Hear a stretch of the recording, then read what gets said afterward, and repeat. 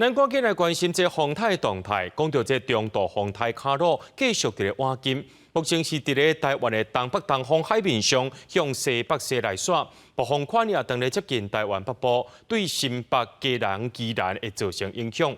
气象局也预测讲，这初三、初四这两天是影响台湾上激烈的时阵，伫今下晡5点半也发布海上陆上风台警报。真侪船仔当跃入来正滨渔港，用锁啊固定。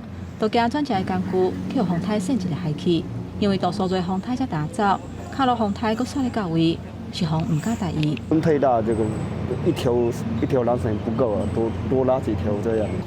等来港了后，渔民是无用气气，盼风的浪旁赶紧撤网啊，希望风台赶紧离开，会当顺利出海掠鱼啊，维持生活。我即摆就这网也准备好，出去买就10天2天，10天20天后有透抽。所以讲，伊就是加做一准备。中度风台卡路挖进台湾，透早宜兰头城外海应对更真大，海巡人员赶紧去海基啊巡逻，可能出用的业者撤离。现在伫东部的海面，受到风台外围环流影响，南苏离岛的风影愈来愈大。往回离岛的客船，为初二下晡到初四停驶。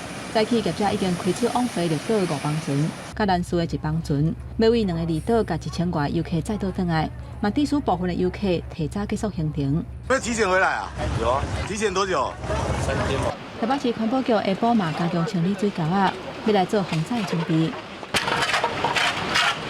根据气象局的观测，卡路风台的中心目前伫台北、东北东边的海面，向西北西行煞，暴风圈长豆豆挖进台湾北部近海，对新北、嘉南、甲宜兰会造成威胁。气象局预测。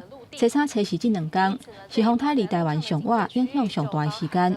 伫下晡5点半的时阵，已经发布海上甲陆上的风台警报。明天呢，随着台风更加的接近，并且会逐渐的速度减慢，停留在台湾的东北部的这一带。也因此呢，在北台湾这边的降雨变得相当的明显，而在中南部，随着台风在南侧这个低压的西南风逐渐的增强，我们到了晚间开始，中南部这边的雨势也会变得相当的明显。因为这届风台来的时阵，拄好拄到大楼。行政院长陈建仁下晡伫中央灾害应变中心，甲北北基、甲宜兰的县市首长视讯会议的时阵嘛，采示，较会淹水的所在，都要先部署抽水的设备。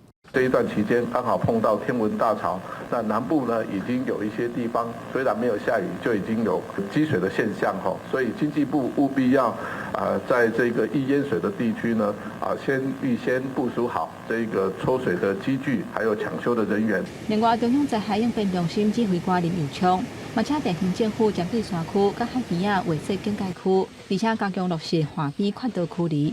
嘛暂停开放入山的申请，因为台北市水门为下晡4点开始，敢来当出去袂当入去，暗时8点会甲部分外口的车拢拖走。